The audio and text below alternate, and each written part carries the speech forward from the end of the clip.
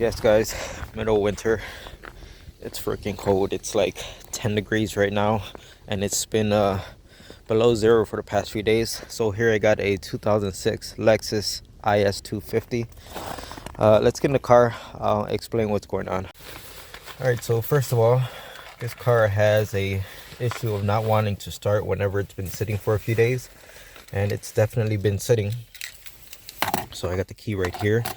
Now, I've worked on this car a few times before, and I was telling the owner that I suspect this car is bleeding off its fuel pressure, and that's why it has difficulty starting. It'll crank over like crazy, and it'll continue to crank, but it takes a while to actually start up, and I think it's because it's bleeding off fuel pressure. So a test we could do is, let's try to prime the fuel pump, okay? So car's been sitting for days.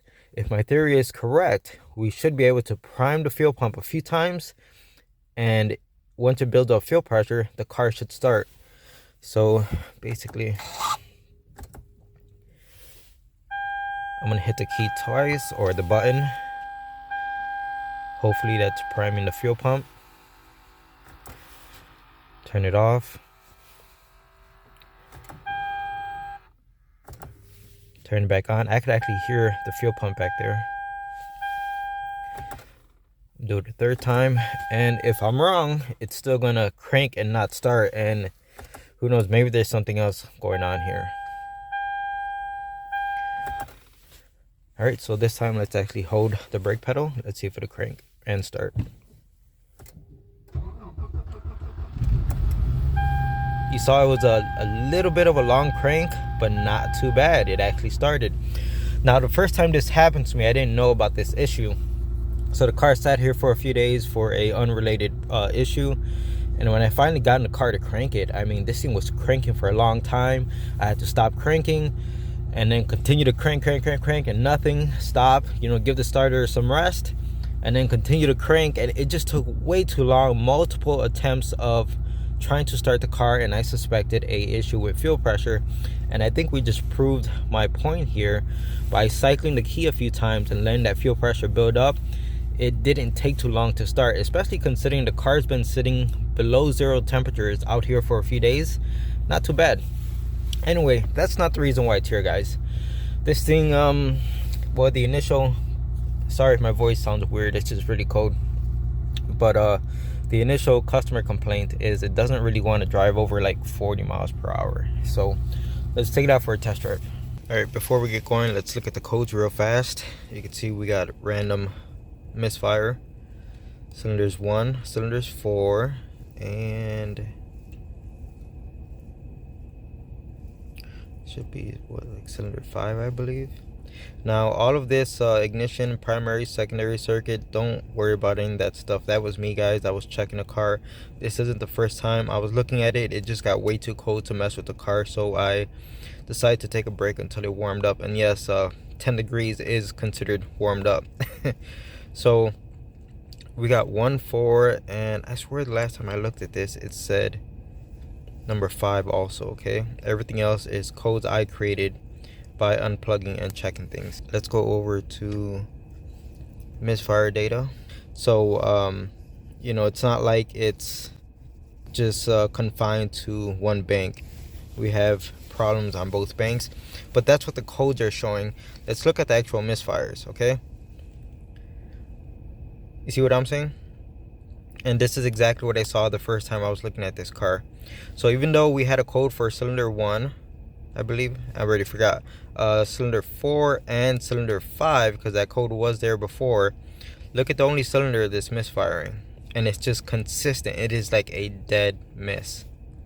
Number 4. All right, so let's go out for a test drive now. All right, so we are moving. One thing I'm noticing is the misfire is a lot more obvious while the car is in motion. When it's in park, you don't feel it as much, but once you start driving, then you really start to feel that like sputtering. So let me get more to a open road. So going straight, I'm gonna go ahead and just accelerate hard, and nothing, guys. 3,000 RPM. Look at my speed. This thing has like no power at all. It doesn't matter if you put the pedal to the metal. It's almost driving like it has a clogged catalytic converter, or let's just say a restricted exhaust. Again, pedal all the way down and absolutely nothing. You can see the check engine light is flashing over there due to the misfires. Here's the thing,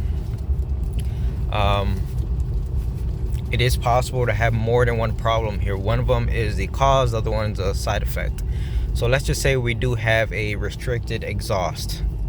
Okay, what caused, if the catalytic converter is melted and being restricted, what caused it? If we have a misfiring cylinder like number 4, for example, which we know is misfiring, it would throw that excess fuel right down the exhaust and into the catalytic converter, which is very bad for converters.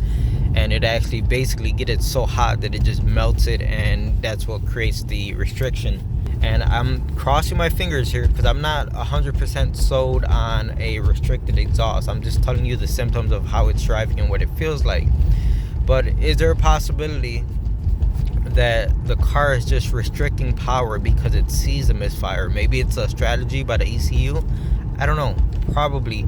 But the thing is, in my experience, I've seen a ton of cars drive normal with a misfire going on, and this one is definitely not driving normal. So maybe it's a little bit too far gone. Maybe it is going to need a catalytic converter, but still we have to tackle the misfire first, because you would be crazy to go to any shop and the shop says, yeah, we'll replace the catalytic converter, without fixing the actual issue, addressing the real issue, which is the misfire. Because guess what, that very expensive catalytic converter, it's going to get destroyed very quickly. Oh, I forgot to point this out, but you can see the miles on this bad boy, 267,000. It's a good amount of miles for a Toyota. So the car's in the garage. The first thing I want to do is let's listen to the engine and make sure while it's cranking it sounds consistent, meaning that our misfire isn't due to a mechanical problem, like something physically wrong inside the engine. This car does not have a clear flood mode where you push the accelerator all the way down to the pedal and you crank it. It won't do that. So what I have to do is I'm gonna go ahead and pull out the fuse for the injectors. So it's gonna be that one right at the bottom, this yellow one. So as you can see, I got the fuse removed, and I went ahead and connected my scope to the battery. You can see the 2 leads going to it. We're gonna do a relative compression test at the same time. That way we can listen to the engine audibly and as well as visually see what's going on with the engine, you know, via the relative compression test. So here goes the scope right here. Everything is pretty much set up. Now for, at least for my scope, you got to make sure you're using a AC coupling adapter when you're doing something like this. You don't want to damage your scope. All right, so I'm gonna go ahead, start, and then we'll crank the engine.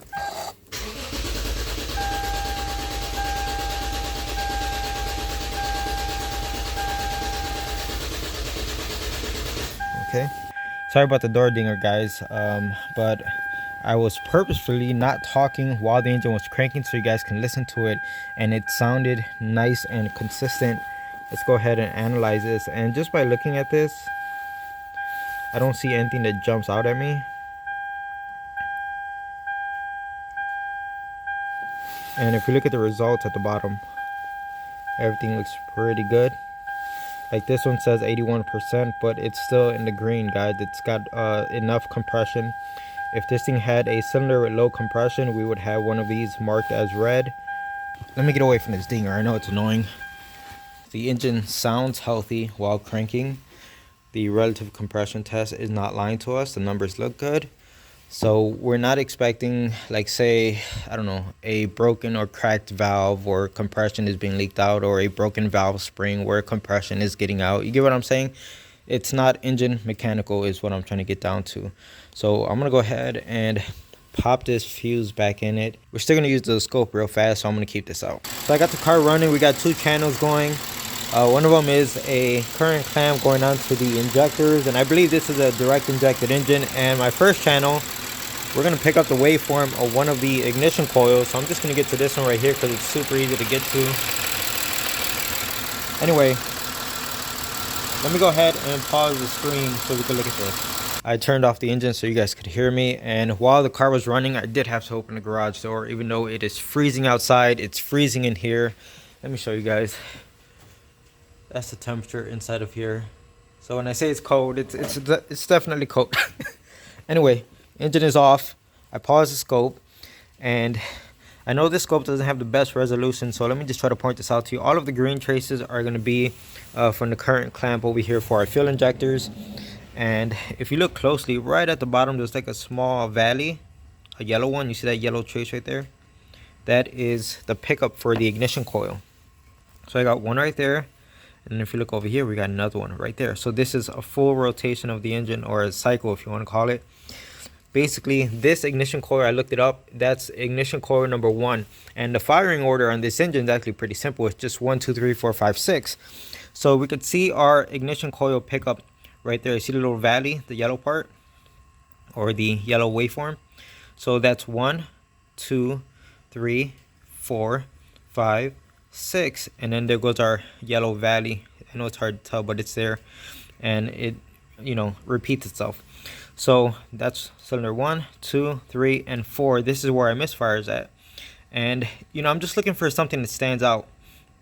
If anything, number 2 looks like it stands out compared to the rest, because we could see number 3, number 4, number 5, and number 6, and then it just repeats itself over again. So if I were looking at this, I'd be like, oh, that looks like there's a difference. You know, it looks different from the rest. But that's number 2. And number 4, well, seems more or less to look like the rest of them. So I don't think we're chasing a fuel injector problem. The next thing I want to check is, this is the connector right here. So number 4, ignition coil, of course, it's always the hard one to get to, right? It's the one that's underneath the intake manifold. But this is basically like a piggyback extension. So all it does is, the ignition coil is right there. You can see the connector for it. Let me turn on the light. So that's the ignition coil right there, and this is just an extension. So this is the actual connector for number 4. We're gonna go ahead and do some tests right here, and then after this, just, I guess, start tearing into it. So basically, we should have a power. There's 4 wires right here. You should have a power, a ground, and then there's gonna be 2 lower wires down there, and we should see a low voltage from what I understand. Basically, both wires, as long as I'm seeing like it's gonna be like a square waveform, like 5 volts, something like that, then we're good. We know there's nothing wrong, you know, with the wiring going to the ignition coil. So let me get that set up for you guys. Actually, one more test before we go on to checking those wires. We're gonna use the scope once again, right on top of the ignition coil, the one that's working. And if we look at that waveform, I'm gonna go ahead and pause it so we can have a closer look at it. Okay, so I paused it. This is the waveform for ignition coil number 1. And what I'm looking at is right there. You see how it like dips down? It's like oscillating back and forth. And you can see there's, let's just call it like turbulence. Up and down, right at the tail right there, right? So we got this high KV. It comes down, and then we got all this oscillating happening, and then it tapers off to nothing. Okay, so that's the one that's working. Let's go over to number 4. It's real tricky, but trying to get it on number 4 the best I can. Okay, so that's the waveform for number 4. Do you see how it looks different? You remember that oscillating I was talking about, like that tail at the end? You see, we don't have any of that here. Let me go ahead and pause it. So this is the waveform for ignition coil number 4. So you can see how it spikes up high KV, and then when it comes down, we expect to see like that tail where it's oscillating, right? And then tapers off. There's absolutely nothing, guys.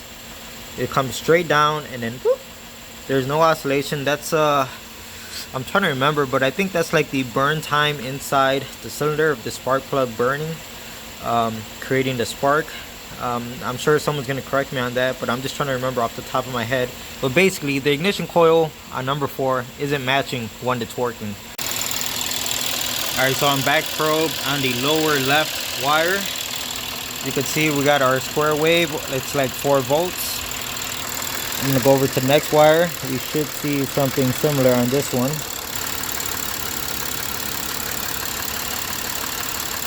Okay, so there is activity on that wire as well.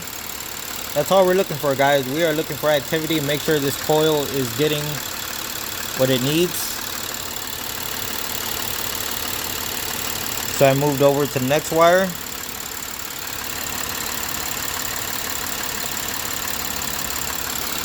And let's go to the final wire.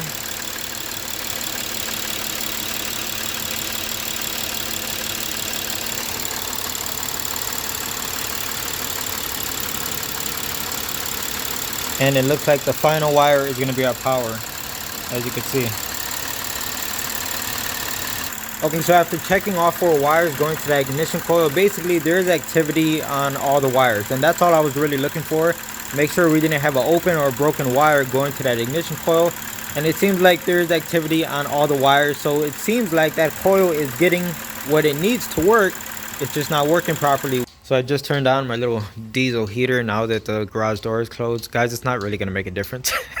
It's like 20 degrees in here, and if I leave this thing running for an hour, it may be like 27 degrees. You get what I'm saying? It's not gonna make that much of a difference. All right, enough horsing around. Let me go ahead and tear off this intake manifold. I'm not gonna show the process for this because that's not the point of this video. The point of this video is you know, the case study and the diag, not so much a DIY and how to pull off a manifold. So I got the intake manifold pushed off to the side just enough so we could work here. Now we have access to ignition coil number 4 as well as the other one. So we're gonna go ahead and pull these out so we could change the spark plugs. I also have a brand new PCV. Let me show you the parts that I have. So we got new gaskets for the intake manifold so we can replace them. Here goes our brand new ignition coil Denso. We also have a gasket for the throttle body because I pulled off the throttle body and I am going to be cleaning it. It is pretty dirty. A new PCV valve because I don't think it's ever been changed on this car, and as you can see, it's underneath the intake manifold. So while you're in there, you might as well change it. You know what I'm saying? It's a good maintenance item at that point. And here was R6 Denso spark plugs. So obviously it isn't this car's first rodeo. Basically the clip for number 4 ignition coil was already broken when I got in here. You can see it's missing, and that's super common. I mean, these things just tend to break with this many miles and the age, with the heat and the cold. These things normally break. That's normal. But the thing is, I can't get this connector off. It's like on there real good.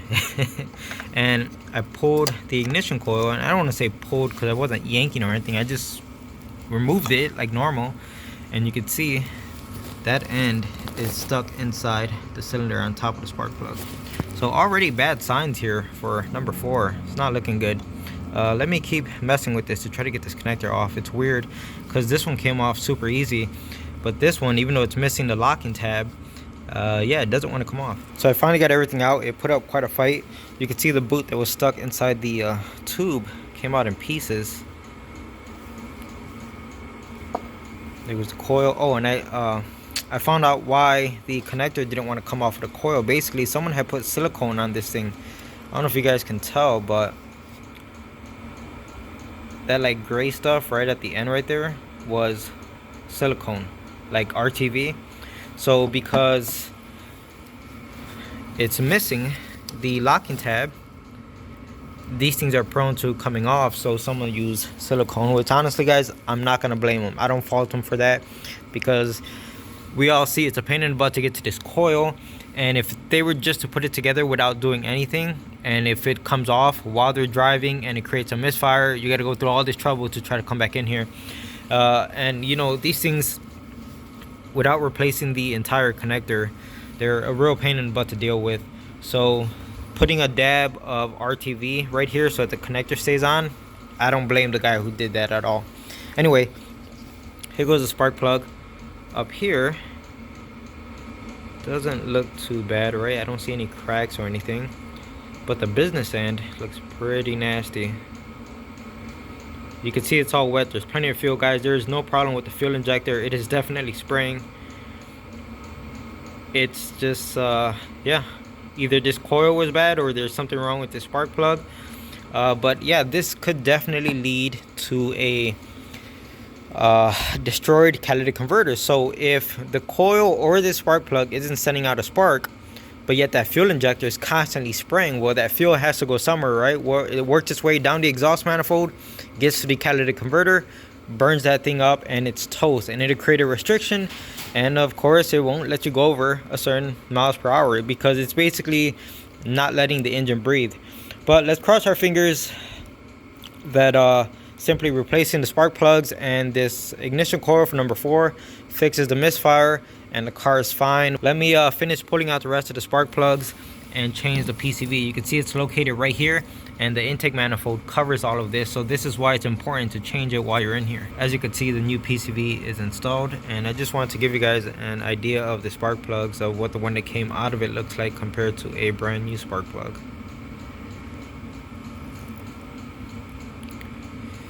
So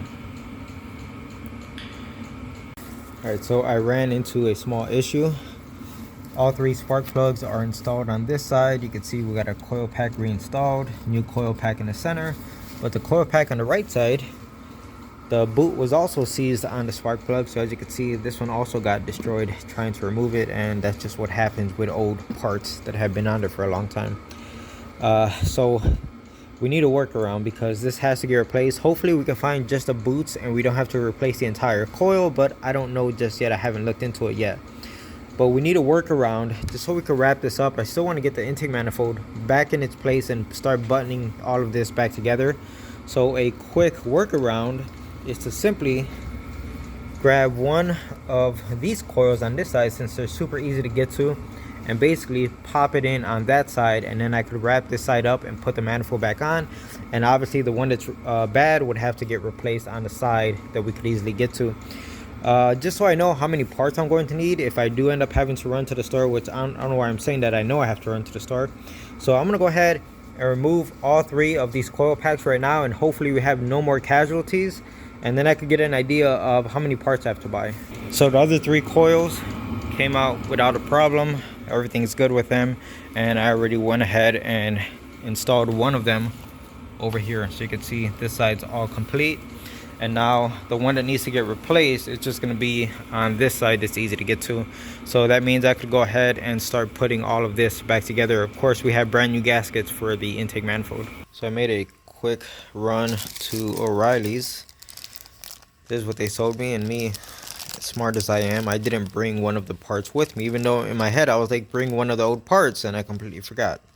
Anyway, I'm there looking at the part in the store, and I'm like, this doesn't look right. It looks too small. And the guy's like, trust me, bro, it'll fit. So here's where we are. So this part looks to match up with this part, right? But you can see this one is different. So basically, this car has different ignition coils on it. Yeah, they fit, but they're from different brands, so they have different designs. So this part right here would fit this ignition coil. But the coil that's missing the boot is this style with the long one. It's not going to work. First of all, and I know it's not going to fit because these two match up in the center, and I took this one off and I try to put it over here.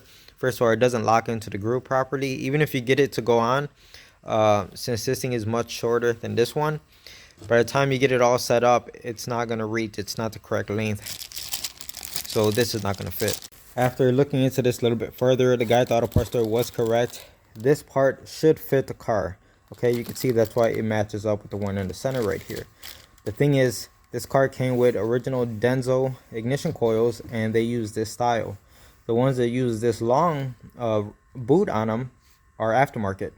So that's what's going on here. There's a mix of original and aftermarket parts on this car. So when he said this will fit your car, trust me, yeah, in theory it would fit if you had original parts, but these aren't original. So we got two options here. Either we wait a few days and get another Denso ignition coil off of Rock Auto, and it'll be like $73, something like that. Or we could go to an auto parts store and get a crappy aftermarket one for like $120. So, you know, me personally, I would rather get a good quality Denso one that's going to last longer. But at this point, it's whatever the customer wants. It all depends on how soon they need their car back. All the spark plugs are done. I noticed that the three spark plugs on this bank were relatively like loose. They weren't into that tight. Another thing I noticed is all of the spark plugs that came out of this engine had like this design right here, like this triple prong, if you will. Whereas the one cylinder all the way in the back here, this one right here, has a different type of spark plug in it. It has a standard single what do you call it, electrode spark plug on it. Let's see, what brand is it? Oh, Autolite. Autolite does not belong in a Toyota. Hold on, there we go. Autolite, garbage. So anyways, they're out of the engine. Now we have good quality original Denso spark plugs. All right, so let me finish wrapping this up. One of the last things I have to do is clean out the throttle body. Here goes the throttle body. You can see how dirty this thing is. So I'm gonna spend some time here and clean it up real good. And of course we have a brand new gasket for it as well. And there we go, all cleaned up, ready to go back on the car. Looks pretty good. So what I'm going to do in the meantime, because we don't have a new coil, is just grab this boot that's kind of intact. I'm just gonna push it on there as best as I can, and we'll push it onto the spark plug and put this thing on the car. Of course, I'm expecting it to have misfires, but that's not the point. The point is I want to get the engine running halfway decent, and if we see misfires on cylinder 1, we know it's just a coil that needs to be replaced, because there wasn't any misfires there to begin with.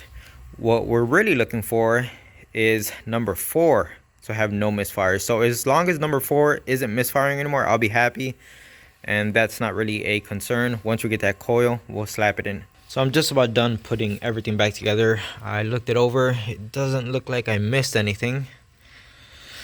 You know what's funny is I was using this rag earlier and it got wet, and I just left it sitting there, and I go to grab it right now. Look at this. It's like frozen rock solid. I'm not joking when I'm saying it's cold in here, man. Okay, so let me go ahead, connect the scanner. We'll start it up for the first time and check our misfires.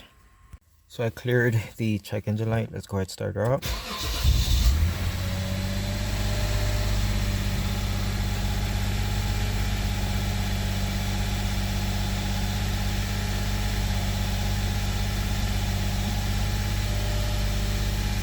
I don't know why number 6 is counting up. That's like a dead miss. Is number 6 the one? No, I thought cylinder number 1 is the one that we put the faulty ignition coil in. Why is 6 misfiring? Good news is 4 is no longer misfiring. But now we gotta look at what's going on with number 6. Oh God.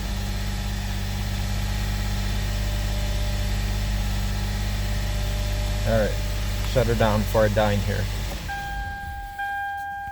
Alright guys, so that was definitely weird. I went outside, checked the car, made sure everything was plugged in, and I didn't find anything wrong. But I figured, you know what, let me start it back up and see what's going on. Second startup, look at what I'm seeing now. What kind of witchcraft is going on here?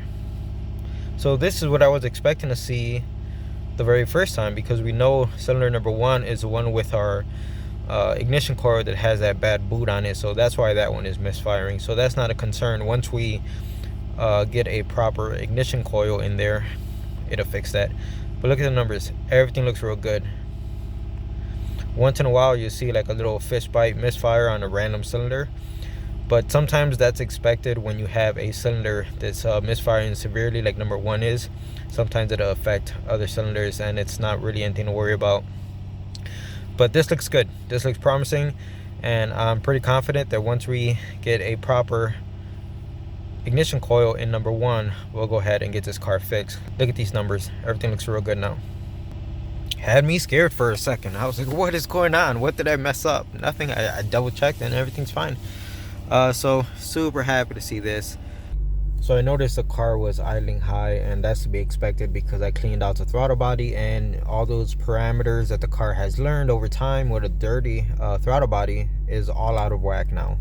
So usually my scanner can reset the idle on most vehicles that I'm working on, but there's no function for this Lexus inside of here to do that. And I've noticed that before. I was working on a Toyota before. I cleaned out the throttle body, and again in my scanner there was no function to reset the idle.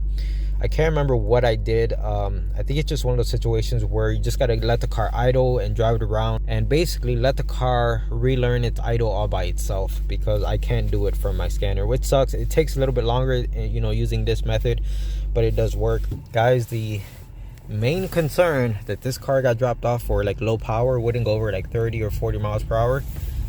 Tell you what, it's fixed. So let me make sure there's no cars around. Number 1, I don't like speeding in people's cars. Number 2, it's winter, roads are slippery, so I'm not going to be going too fast. But I'm only going to do a partial, like I don't know, throttle, and we'll look at this. So like maybe 25%, and this thing is going. So confirmed, the car is fixed. Check engine light is no longer flashing due to the misfires. It seems to be driving fine. They could probably drive it for a few days until the part arrives, and then they could just swing by for like 10 minutes while I replace the coil. No big deal.